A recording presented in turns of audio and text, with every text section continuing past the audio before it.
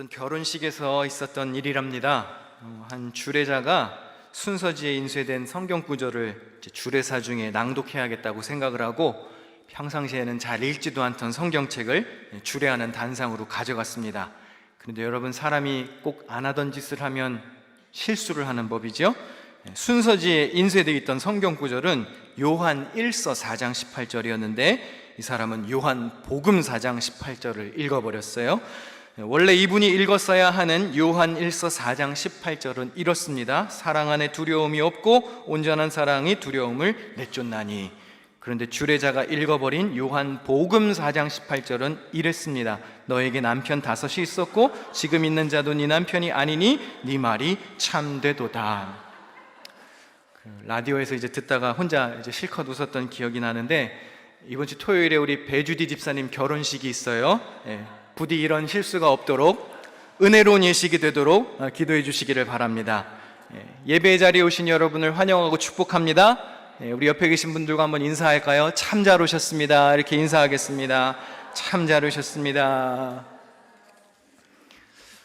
오늘 이 라디오 사연의 주인공인 남편 5 있었던 사마리아 여인에 대한 말씀을 전하려고 합니다. 오늘 본문에 보니 예수님과 사마리아 여인 두 사람이 대화를 하는데 등장인물 모두 목마른 사람이라는 공통점이 있습니다. 물론 둘의 갈증은 서로 다른 종류의 갈증이었습니다. 예수님의 목마름을 먼저 볼까요? 예수님은 오랜 여행으로 피곤하셨습니다. 그래서 우물가에 앉으셨죠. 마침 물을 뜨러 온 여인에게 마실 물을 좀 달라고 하셨습니다. 예수님의 갈증은 단순한 육체적 목마름이었습니다. 반면 사마리아 여인의 목마름은 말씀을 더 깊이 들여다보며 그녀의 복잡한 사정을 알아야 이해할 수 있습니다. 이 여인은 사마리아 사람입니다. 당시 유대인은 사마리아인들과 상종도 하지 않았습니다. 매우 심한 반감을 갖고 있었지요. 사마리아가 어디입니까? 구약의 분열 왕국 시대에 남유다와 북이스라엘로 이렇게 나라가 나뉘어져 있을 때 북왕국의 수도였던 곳이 사마리아입니다. 아시리아 제국이 후에 북왕국을 멸망시켰고 포로와 이주민들이 뿔뿔이 흩어지게 되었습니다. 그리고 이 사마리아 땅 안으로는 이방인들이 들어오게 됩니다. 한 지배국이 다른 국가를 정복하면 보통 그 민족성을 약화시키려고 강제 이주 정책을 펼치죠. 다 뿔뿔이 흩어놓는 겁니다. 그리고 원래 그곳에 살던 이스라엘 사람들과 이사해온 이방인들이 섞여 살면서 결혼하게 됩니다. 그래서 생긴 민족이 사마리아인입니다. 쉽게 말해 혼혈인들이라고 보시면 됩니다. 그런데 유대인들은 이들이 혈통의 순수성을 잃어버렸다고 여기며 그들을 미워했고 심지어 그들의 땅조차 밟지 않았습니다. 그래서 유대 땅에서 갈릴리로 이동할 때 사마리아 땅을 지나가지 않고 요단 동편으로 이렇게 우회했습니다. 제가 지도를 몇 장 준비했는데요. 자, 다음 화면을 보여주시면 맨 위에, 요거 다음이요. 맨 위에 빨간색 동그라미가 갈릴리, 예수님이 많이 활동하셨던 지역이죠. 중간에 보라색 영토가 사마리아, 그리고 밑에 초록색 동그라미가 유대 땅입니다. 그럼 유대 땅에서 갈릴리로 가려면 어떻게 가는 게 제일 빠를까요? 다음을 넘겨주시면 그냥 직선으로 통과하는 게 제일 빠르겠죠. 그런데 굳이 유대인들은 어떻게 갔냐면 이렇게 돌아갔습니다. 뻔히 보이는 지름길을 두고도 부정탄다는 이유로 땅조차 밟지 않았습니다. 유대인이 사마리아인을 얼마나 혐오했는지 신약시대 유대 문헌을 보면 더 잘 알 수 있는데요. 벤시락이라고 하는 문헌에 이런 기록이 있습니다. 내가 전적으로 혐오하는 민족이 있는데 세 번째는 민족이라 할 수도 없다. 그들은 세일과 블레셋에 사는 자들, 그리고 세겜에 사는 멍청한 사람들이다. 여기서 세 번째가 사마리아인을 가리키는 겁니다. 역사가 요세푸스는 유대 고대사라는 문헌에서 사마리아인을 두고 이렇게 설명했습니다. 환경에 따라 자기들의 태도를 바꾸는 믿을 수 없는 부류, 비열한 속성을 지닌 사람들. 그러니까 여러분, 사마리아 사람들이 어떤 취급을 당하고 살았을지 대충 짐작이 되시죠? 오늘 본문에 나오는 사마리아 여인이 물을 들어 나온 시간이 6시쯤이라고 되어 있습니다. 오늘날의 시간으로 말하면 낮 12시입니다. 여러분, 이 지역에서 정오에 물 들어 나가는 건 자살 행위입니다. 너무 덥습니다. 일반적으로 물을 뜰 때는 해가 지고 선선할 때 이렇게 무리를 지어서 갑니다. 그런데 이 여인은 아무도 물 뜨지 않는 가장 더운 시간에 그것도 혼자 우물가에 왔습니다. 왜 이런 불편함을 감수하면서까지 왔겠습니까? 사람을 대하기 싫었던 거죠. 무슨 이유에서인지 이 여인은 남편도 여러 차례 바뀌었습니다. 자세한 설명이 성경에 나오지는 않지만 그리 유쾌한 과거를 가진 사람이 아니에요. 그녀의 목마름은 단순한 육체적 갈증이 아니었습니다. 복잡한 내면 깊숙한 곳에서부터 나오는 심리적, 영적 갈급함이었습니다. 그녀는 완전한 유대인도 아닙니다. 그렇다고 완전한 이방인도 아닙니다.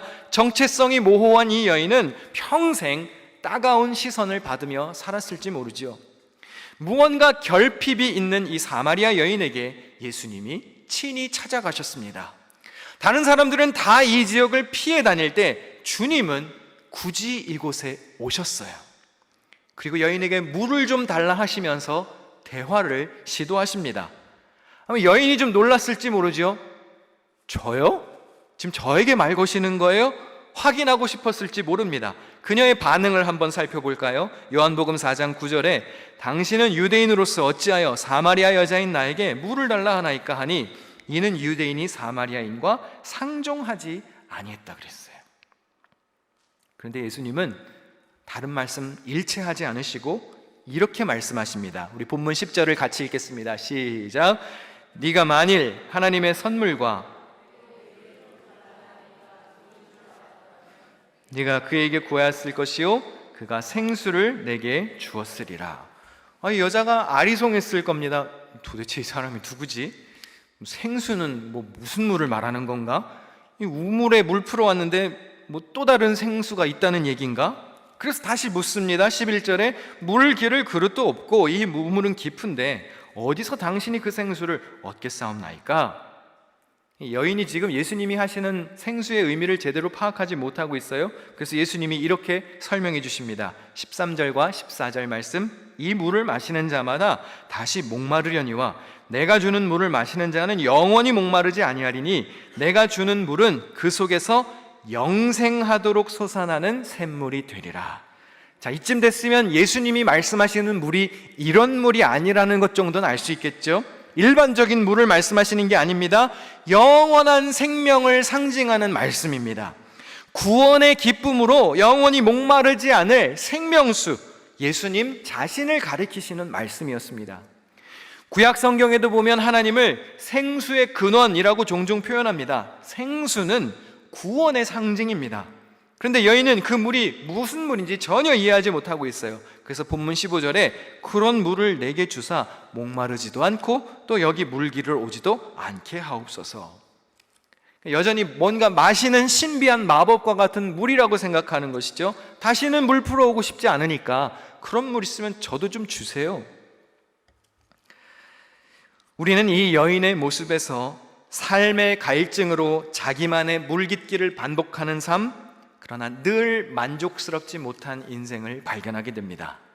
마시고 또 마셔도 채워지지 않는 공허함, 그리고 외로움으로 일상을 되풀이하는 삶. 혹시 여러분의 모습은 아니신지요? 일시적 만족감을 얻고자 발버둥 치는 모든 인간의 치열하고 건조한 삶을 엿보게 합니다. 선생님, 그런 물 있으면 저도 좀 주세요. 여기 물 들어오기 싫거든요. 아무도 없는 뜨거운 광야에서 허우적거리는 바로 우리의 모습이죠. 특히 뉴욕과 같은 치열한 삶의 터전에서 살다가 보니 이런 텅 빈 내면을 경험할 때가 아마 한 번쯤은 있으셨을 겁니다. 제가 뉴욕에 사는 분들을 가만히 보니까요, 공통적인 특징이 하나 있습니다. 저는 뉴욕에서 산 지 여러분보다 오래되지 않았기 때문에 꽤 객관적이라고 제가 자신할 수 있는데요, 뉴욕 사시는 분들의 특징 중에 하나가 뭐냐면 성품이 강해요. 성품이 세요. 부인해도 소용없어요. 그렇게 밝혀졌어요. 제가 관찰을 잘 해보니까 다 알아봤어요. 근데 아마 뉴욕과 같은 지역에서 이민 생활에 적응하시느라 아마 여러분도 모르게 그렇게 되신 거라고 생각이 들어요. 얼마나 힘들게 사셨을까 싶으면서도 때로는 극률한 마음이 들어요. 생존을 위해서 반복되는 물깃기를 하다가 내가 죽기 살기로 열심히 살아야 하다 보니까 그렇게 되신 거예요. 그래서 그 모습 속에 사마리아 여인의 모습을 종종 발견하곤 합니다. 주님이 갖고 계신 영원한 생수, 구원의 은총에 목말라 있는 사마리아 여인이 다른 사람 얘기가 아니에요. 오늘 예배드리는 내 모습입니다. 신비한 물을 달라고 요청한 여인에게 예수님이 뜬금없이 이런 말씀을 하셨습니다. 가서 네 남편을 불러오라. 이건 또 무슨 얘기일까요? 영원한 생명수 얘기하다가 갑자기 왜 난데없이 남편을 데려오라고 그러죠? 꺼내고 싶지 않은 얘기입니다. 이거는 들키고 싶지 않은 과거이죠. 누구도 알지 않았으면 하는 자신의 비밀 상자를 예수님이 지금 깨버리고 계십니다. 여러분 잘 들으십시오. 주님은 빛이십니다. 주님 앞에서는 모든 것이 다 환히 드러나는 거예요. 우리가 주님 앞에서 어떠한 것도 숨길 수가 없습니다. 하나님 앞에 나올 때는 거짓과 가면 없이 정직하게 내 모습 그대로 나와야 합니다. 의사에게 아픈 부위를 드러내야 치료를 받을 수 있듯이 의사 앞에 가서 부끄러운데요, 그럴 수는 없는 거죠. 치료를 위해서는 보여주어야 합니다. 마찬가지입니다. 하나님 앞에서 나의 이런 죄된 모습 하나님 보시면 어떡하지? 나 부끄러운데, 두려워해서는 안 됩니다. 우리가 주님께 우리의 마음을 열면 주님은 우리를 맞아주십니다. 예수님이 사마리아 여인을 정죄하려고 그녀의 민감한 과거를 들추신 게 아닙니다. 야, 너 진짜 더러운 사람이구나. 어떻게 5번을 결혼하고 또 6번째 남자랑 살 수가 있니? 면박 주시기 위해서 지금 사마리아 땅에 오신 게 아니에요. 본문 어디에도 여인의 죄를 언급하시지 않았습니다. 예수님이 애써 사마리아 땅으로 들어오신 데에는 이유가 있었습니다. 남편을 불러와라 말씀하신 예수님의 음성은 사마리아 여인 인생의 중심을 건드리는 도전이지요. 지금 그녀가 살아온 거친 삶을 되돌아보게 하는 삶의 근본적인 물음입니다. 너는 지금까지 어디에서 샘을 찾아 다녔느냐는 물음이에요. 네가 지금까지 추구하고 찾았던 그곳에 정말 과연 생수의 기쁨이 있었느냐 물으시는 겁니다. 인생 질문이에요. 인생 질문.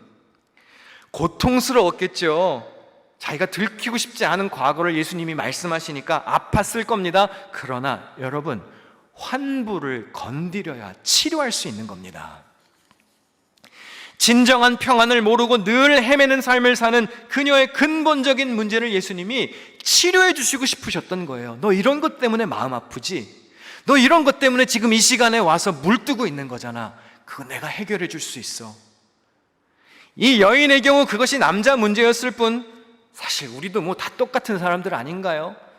100번, 1000번 똑같이 찾아다녔지만 늘상 만족이 없었던 경험 다 있으시잖아요.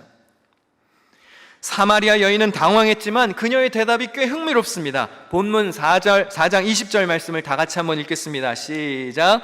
우리 조상들은 이 산에서 예배하였는데 당신들의 말은 예배할 곳이 예루살렘에 있다 하더이다.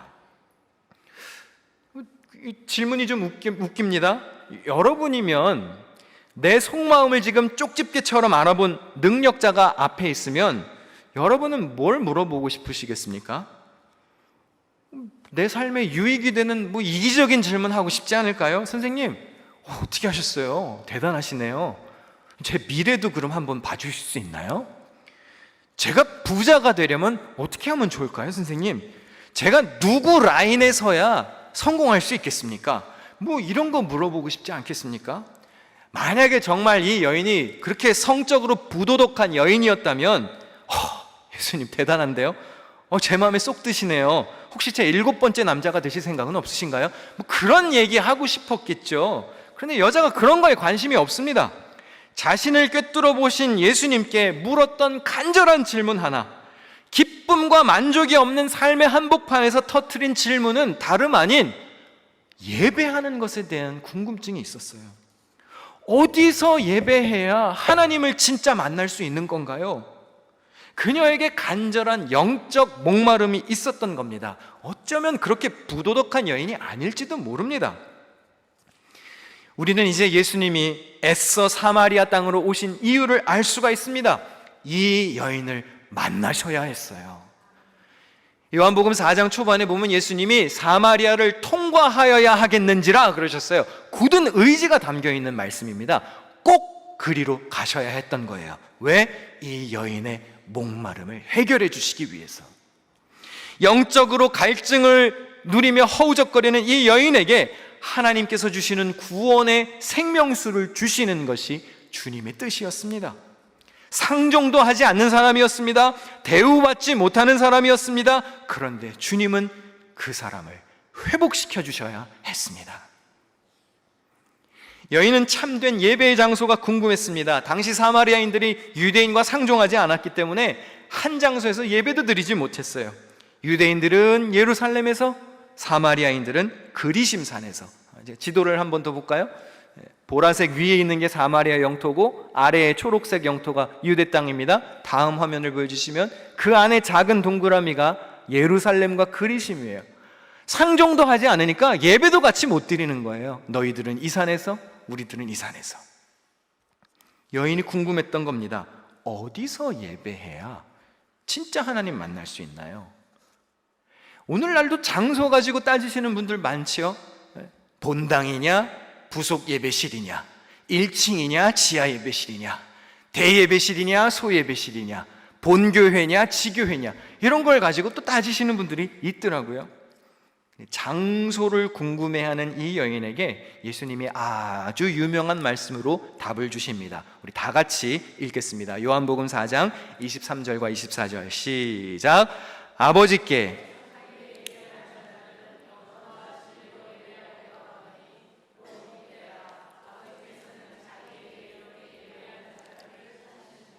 하나님은 영이시니 예배하는 자가 영과 진리로 예배할지니라.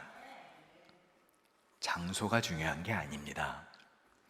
영과 진리로 예배해야 한다고 말씀하셨습니다.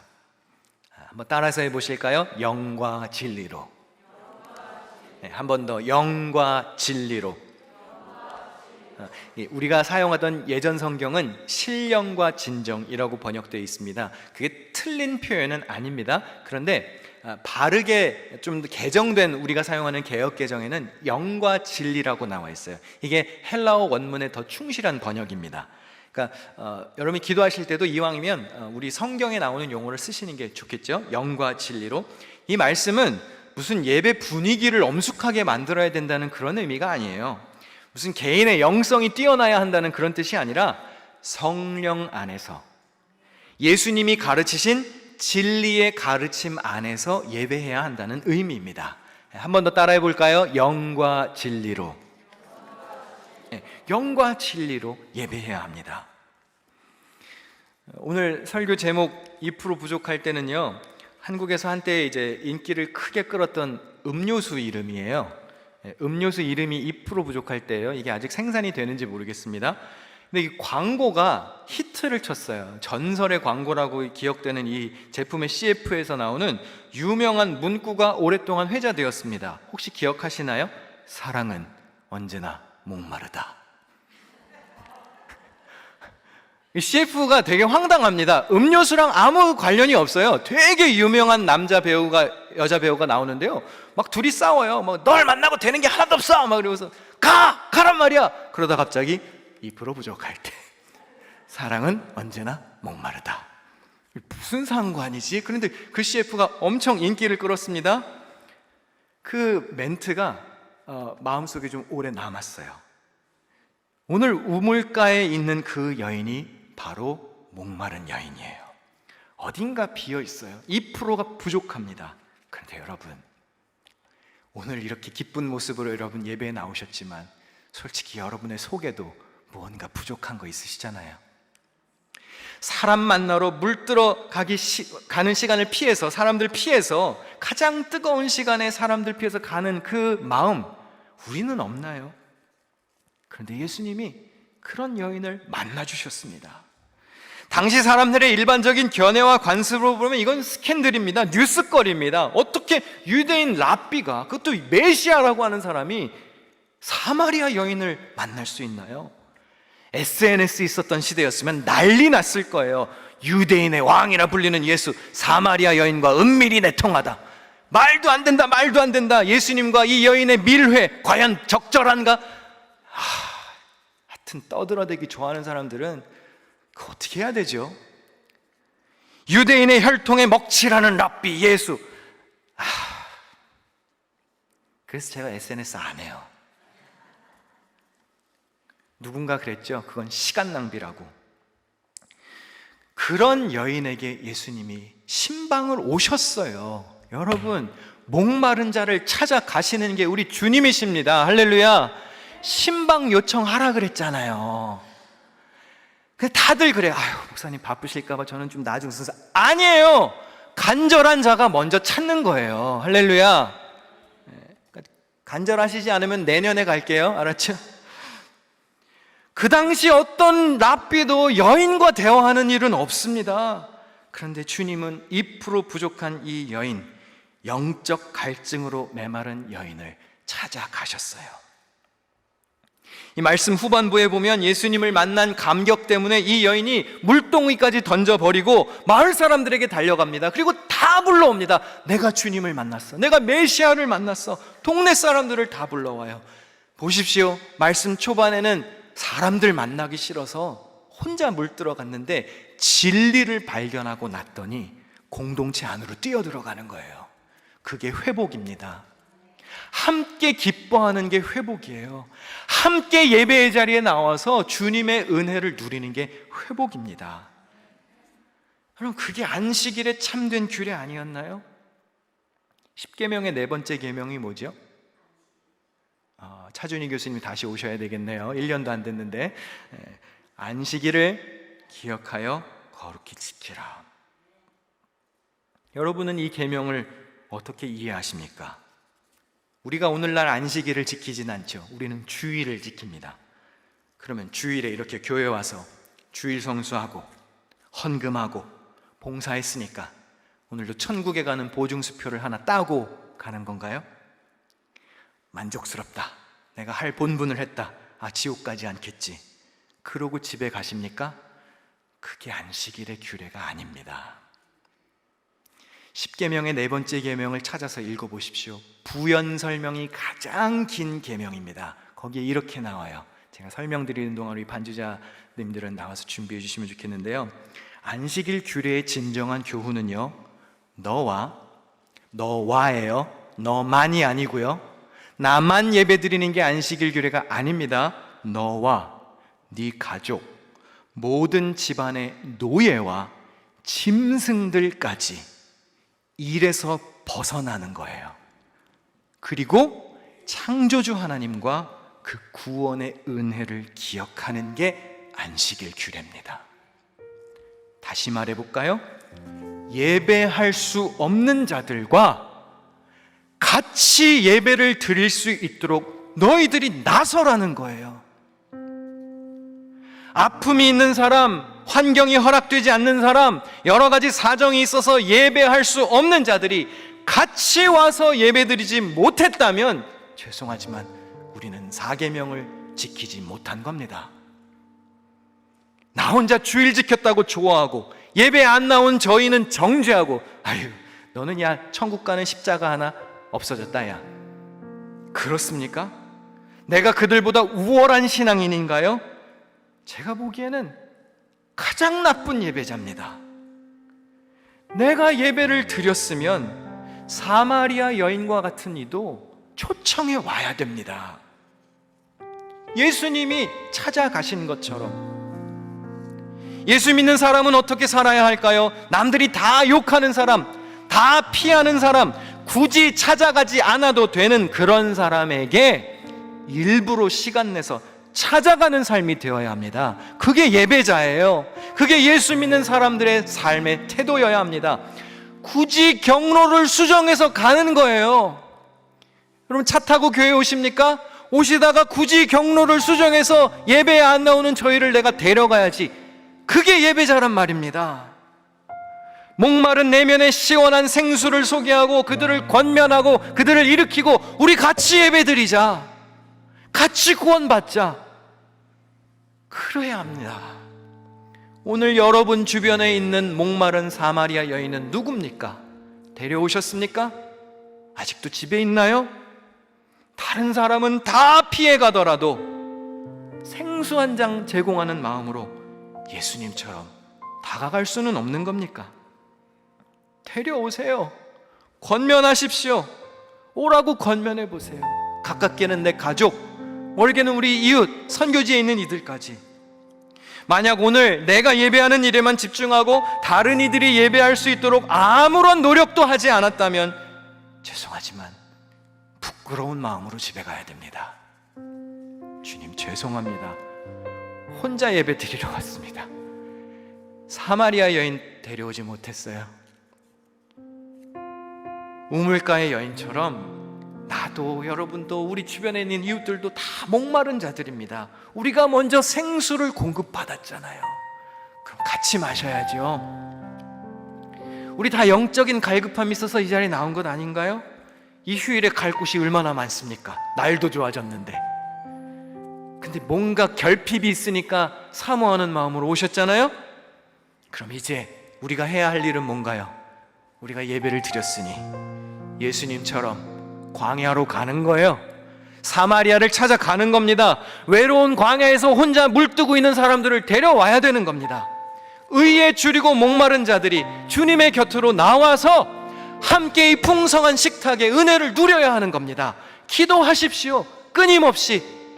여러분의 가족들 구원받기 위하여 노력해 보십시오. 끊임없이 기도하시고 도움도 청해 보십시오. 언젠간 마음이 열릴 줄 믿습니다.